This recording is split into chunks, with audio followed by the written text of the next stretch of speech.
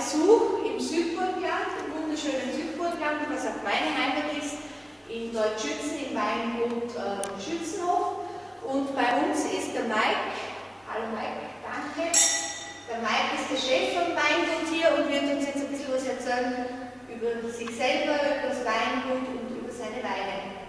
Also, zuerst möchte ich mich bedanken für den Besuch im sonnigen Südburgenland, im heißen Südburgenland und mit Fleiß, dass ihr die lange Reise angetreten habt, von der Schweiz bis zu uns.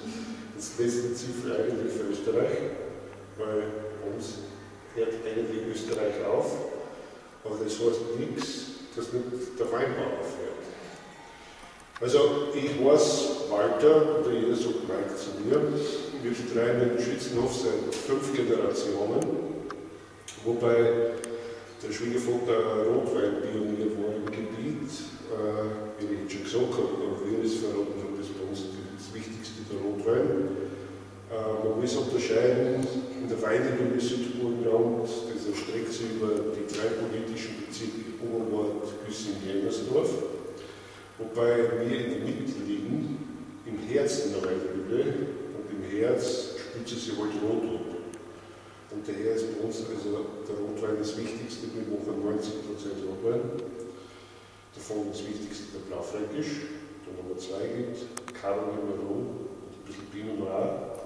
Und im Weiß, was das Hobby ist, die restlichen 10%, aber Muscatella, wie die Stiefel und ein bisschen wie Chardonnay.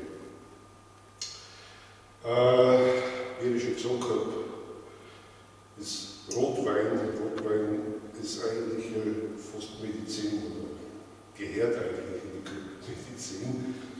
Und daher leben wir eigentlich sehr gesund im Süden.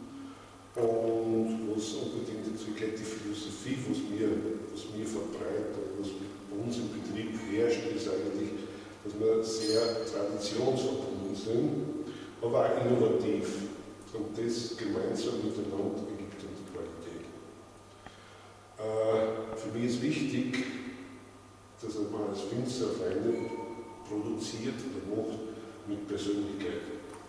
Das heißt, ich bin irgendwo ein bisschen ein Künstler und versuche, meine Persönlichkeit im Produkt unterzubringen. Wenn ich versuche, als wenn sie irgendwas zum Nachbauen muss, derzeit gut läuft, am Markt und marktorientiert bin, dann bin ich heute vielleicht da und morgen wieder weg.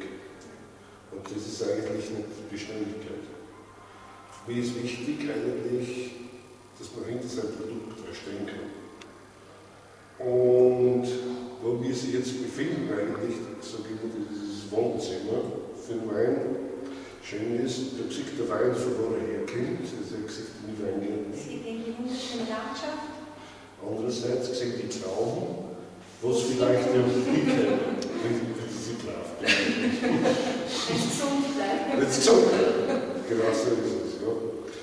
Und das Schöne ist halt auch beim Weinbau, du bist jedes Jahr neu gefordert. Es ist nicht so, dass ich nach einem Rezept arbeiten kann. Die Vegetation ist jedes Jahr anders. Und du kannst dich auf Erfahrungswerte ein bisschen zurückverlegen oder erinnern. Aber im Prinzip ist das in jedem Jahr ganz neu kreieren. Und nicht immer in jedem Jahr gleich bringen, weil dann bin ich in der Limonadenbranche.